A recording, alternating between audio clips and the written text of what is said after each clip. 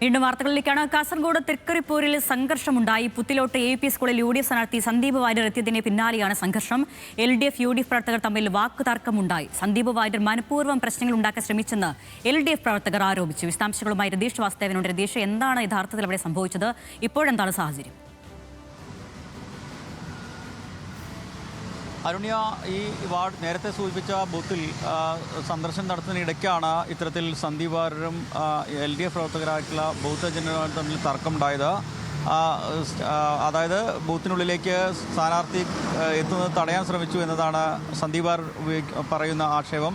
മാത്രമല്ല, തങ്ങളുടെ ഇൻബൂത്ത് ഏജന്റുമാരെ LDF പ്രവർത്തകർ മർദ്ദിക്കുന്നതായും ഭീഷണിപ്പെടുത്തുന്നതായും തന്നെ സന്ദീപ് വാര്യർ ആരോപിക്കുന്നു. മാത്രവുമല്ല, വ്യാപകമായി കള്ളവോട്ട് നടക്കുന്നു. അത് ചോദ്യം ചെയ്ത ഏജന്റുമാരെ ഭീഷണിപ്പെടുത്തുകയും മർദ്ദിക്കുകയും ചെയ്യുന്ന സാഹചര്യമുണ്ട്. ഇതിന് പ്രിസൈഡിംഗ് ഓഫീസർ ഉൾപ്പെടെ കൂട്ടുനിൽക്കുന്ന സാഹചര്യമുണ്ട്. പോലീസ് ഉൾപ്പെടെ ഇക്കാര്യത്തിൽ ഒന്നും പറയുന്നില്ല.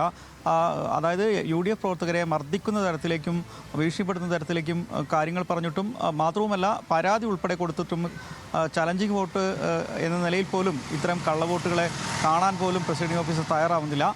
മലേഷ്യയിലുള്ള ഒരാൾ മറ്റൊരാളുടെ പേരിൽ വന്ന് വോട്ട് ചെയ്ത് പോയിട്ടും ഇത് തെളിവുകളടക്കം പരാതി നൽകിയിട്ടും ഇത് സംബന്ധിച്ച് നടപടിയെടുത്തില്ല എന്നത് തുടർന്നാണ് തർക്കമുണ്ടാകുന്നത്. പിന്നീട് പ്രവർത്തകരും ഇവരും തമ്മിൽ ഉന്തും തള്ളുമുണ്ടായി.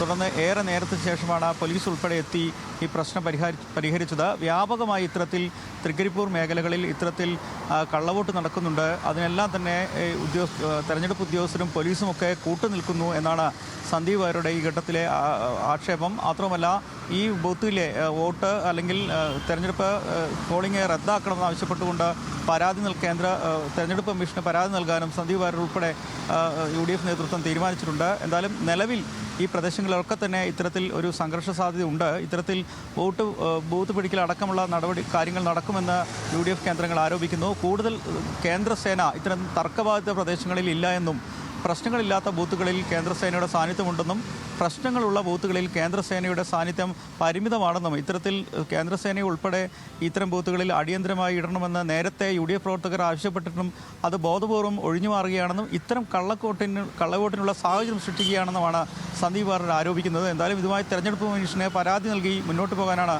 ഇപ്പോൾ UDF ക്യാമ്പിൻ്റെ തീരുമാനം.